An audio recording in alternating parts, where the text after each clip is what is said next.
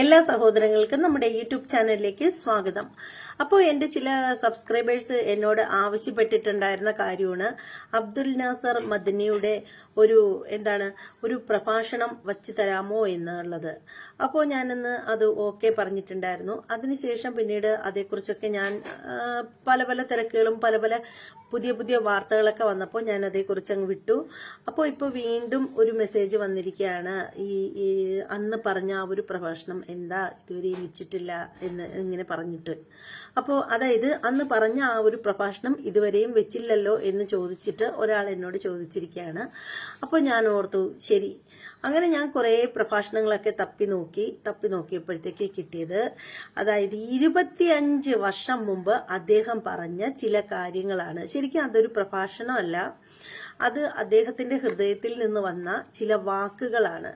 അപ്പോൾ ആ ഒരു വാക്കുകൾ ഏകദേശം ശരിയാണെന്ന് എനിക്ക് തോന്നി. ഏകദേശം എന്നല്ല, പറയുന്നത് വളരെ കറക്റ്റായി എന്ന് എനിക്ക് തോന്നിയത് കൊണ്ടാണ് ഞാൻ ആ വാക്കുകൾ ഇങ്ങോട്ടേക്ക് എടുത്തത്, നിങ്ങളിൽ ഓരോരുത്തരിലേക്കും എത്തിച്ചു തരുന്നത്.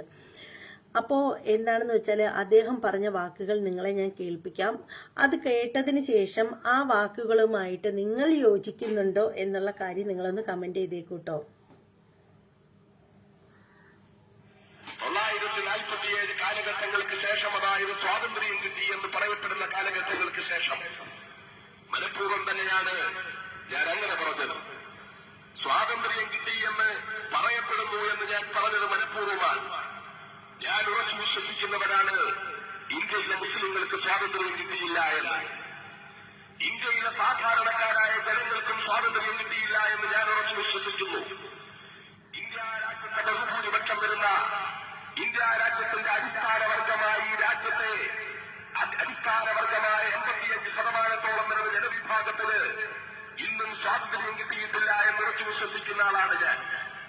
സ്വാതന്ത്ര്യം കിട്ടിയത് മണിമേടകളിൽ വിരാജിക്കുവാൻ അവസരം കിട്ടിയിട്ടുള്ള തമ്പുരാക്കന്മാർക്ക് മാത്രമാണ്. അധികാരത്തിന്റെ ചെങ്കോല് കരുങ്ങളിലേറ്റാൻ അവസരം കിട്ടിയ തമ്പുരാക്കന്മാർക്കും കുടുംബക്കാർക്കും മാത്രമാണ് ഇന്ത്യ രാജ്യത്ത് സ്വാതന്ത്ര്യം കിട്ടിയിട്ടുള്ളത്. ഇന്ത്യ രാജ്യത്തിന്റെ ആയിരക്കണക്കിന് ഉൾഗ്രാമങ്ങളിൽ കുടിക്കുവാൻ ഒരു തുള്ളി വെള്ളത്തിന് വേണ്ടി കിലോമീറ്ററുകളോളം യാത്ര ചെയ്ത് മാരകമായ രോഗം പിടിപെട്ട് കണ്ണുകുഴിഞ്ഞ് എല്ലുണ്ടി മാരക രോഗം പിടിപെട്ട, പോഷകാഹാര കുറവുകൊണ്ട് മാരകമായ രോഗങ്ങൾ പിടിപെട്ട് ശ്വാസം വലിച്ചു വിടാൻ പോലും ബുദ്ധിമുട്ടുന്ന പിഞ്ചുകുഞ്ഞുങ്ങളെയും തോളിലെത്തിക്കൊണ്ട് കിലോമീറ്ററുകളോളം മൺകുടങ്ങളുമായി യാത്ര ചെയ്ത് പൈപ്പുകൾക്ക് മുന്നിൽ മൺകുടങ്ങളുടെ ചെറുതുള്ളി വെള്ളത്തിനു വേണ്ടി മണിക്കൂറുകളോളം കാത്തുകെട്ടിക്കിടക്കുന്ന ഇന്ത്യ രാജ്യത്തെ കോടിക്കണക്കിന് ഗ്രാമീണന് സ്വാതന്ത്ര്യം കിട്ടിയിട്ടില്ല. ഇന്ത്യ രാജ്യത്ത് ഇന്നും കയറിക്കിടക്കാൻ 6 അടി മണ്ണിന്റെ പോലും അവകാശമില്ലാതെ റെയിൽവേ പുറംപോക്കുകളിൽ അഞ്ചുമിറങ്ങുന്ന ഇന്ത്യ രാജ്യത്തെ ബഹുഭൂരിപക്ഷം വരുന്ന പാവപ്പെട്ടവര് ഈ രാജ്യത്ത് ഇന്നുവരെ സ്വാതന്ത്ര്യം കിട്ടിയിട്ടില്ല. ഈ രാജ്യത്ത് തങ്ങൾ വിശ്വസിക്കുന്ന ആദർശത്തിൽ ഉറച്ചു നിന്നുകൊണ്ട് ജീവിക്കാൻ വ്യക്തമായ അവസരം കിട്ടിയിട്ടില്ലാത്ത തങ്ങളുടെ ആരാധനാലയങ്ങൾ അധികാരി വർഗത്തെ കൊണ്ടുപോലും സംരക്ഷിക്കുവാൻ കഴിയാത്തത് കണ്ടിട്ട് ആർത്തപകസിച്ചു വരുന്ന ഫാസിസ്റ്റ് ശക്തികളുടെ മുന്നിൽ എന്ത് ചെയ്യുന്നു എന്നറിയാതെ പകച്ചു നിൽക്കാൻ വിധിക്കപ്പെട്ട നാടിന്റെ നാനാഭാഗത്തും ആസാമിലും ഭിവണ്ടിയിലും ഗുജറാത്തിലും ചെങ്കൽപ്പൂരിലും ഗോഹട്ടിയിലും വാരാണസിയിലും അയോധ്യയിലും അലിഗറിലും അഹമ്മദാബാദിലും പകൽപൂരിലും ജബൽപൂരിലും ബിജുവേറിലുമെല്ലാം തെരുവോരങ്ങളിൽ പേപ്പറ്റികളെ പോലെ തല്ലുകൊണ്ടും അടികൊണ്ടും വെടികൊണ്ടും വീഴാൻ വിധിക്കപ്പെട്ട സ്വന്തം പെങ്ങന്മാരുടെയും മാതാക്കന്മാരുടെയും ചാരിത്രം സംരക്ഷിക്കാൻ ഒരു അവസരം നിഷേധിക്കപ്പെട്ട, സ്വന്തം പിഞ്ചുകുഞ്ഞുങ്ങൾക്ക് ജീവിക്കാനുള്ള അവസരം നിഷേധിക്കപ്പെട്ട, സ്വന്തം വിശ്വാസ സ്വാതന്ത്ര്യം സംരക്ഷിക്കാൻ അവകാശം നിഷേധിക്കപ്പെട്ട, റബ്ബിന്റെ മുന്നിൽ സുജൂദ് ചെയ്യാനുള്ള ഭവനങ്ങളുടെ സംരക്ഷണം പോലും ഏറ്റെടുത്തുകൊണ്ട് നടത്താൻ അവസരം നിഷേധിക്കപ്പെട്ട ഇന്ത്യ രാജ്യത്തെ കോടിക്കണക്കിന് മുസ്ലിങ്ങൾക്ക് ഇന്നും ഈ രാജ്യത്ത് സ്വാതന്ത്ര്യം കിട്ടിയിട്ടില്ല. അതുകൊണ്ടാണ് ഞാൻ സ്വാതന്ത്ര്യം കിട്ടിയെന്ന് പറയപ്പെടുന്ന 1947 കാലഘട്ടങ്ങളെന്ന് പറഞ്ഞത്. ഇന്നും ഇന്ത്യയിലെ മുസ്ലിങ്ങൾ സ്വതന്ത്രരാണെന്ന് ഞാൻ വിശ്വസിക്കുന്നില്ല. ഇന്ത്യ രാജ്യത്തെ ബഹുഭൂരിപക്ഷം വരുന്ന ഈ രാജ്യത്തെ പാവപ്പെട്ട സഹോദരന്മാരുണ്ടല്ലോ, ഈ രാജ്യത്തിന്റെ അടിസ്ഥാന വർഗങ്ങൾ, അവരും സ്വതന്ത്രരായിട്ടുണ്ട് എന്ന് ഞാൻ വിശ്വസിക്കുന്നില്ല. ഞാനങ്ങനെ 1947 കാലഘട്ടങ്ങൾക്ക് ശേഷം, അതായത് സ്വാതന്ത്ര്യം കിട്ടി എന്ന് പറയപ്പെടുന്ന കാലഘട്ടം ആളുകൾ മുഴുവൻ അദ്ദേഹം പറഞ്ഞത് വളരെ കറക്റ്റ് ആയിട്ടുള്ള കാര്യമാണ്. കാര്യം എന്താന്ന് വെച്ചാല്, സ്വാതന്ത്ര്യം കിട്ടിയോ എന്ന് ചോദിച്ചാൽ സ്വാതന്ത്ര്യം കിട്ടിയില്ലേന്ന് ചോദിച്ചാൽ കിട്ടിയില്ല എന്ന് തന്നെ പറയാം, അല്ലെ?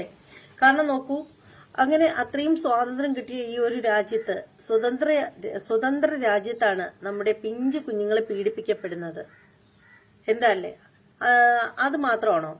സ്ത്രീകൾക്ക്, വൃദ്ധകൾക്ക് പോലും കതകടച്ച് വീട്ടിൽ കിടക്കാൻ പറ്റാത്തൊരു സാഹചര്യമാണ് വരുന്നത്.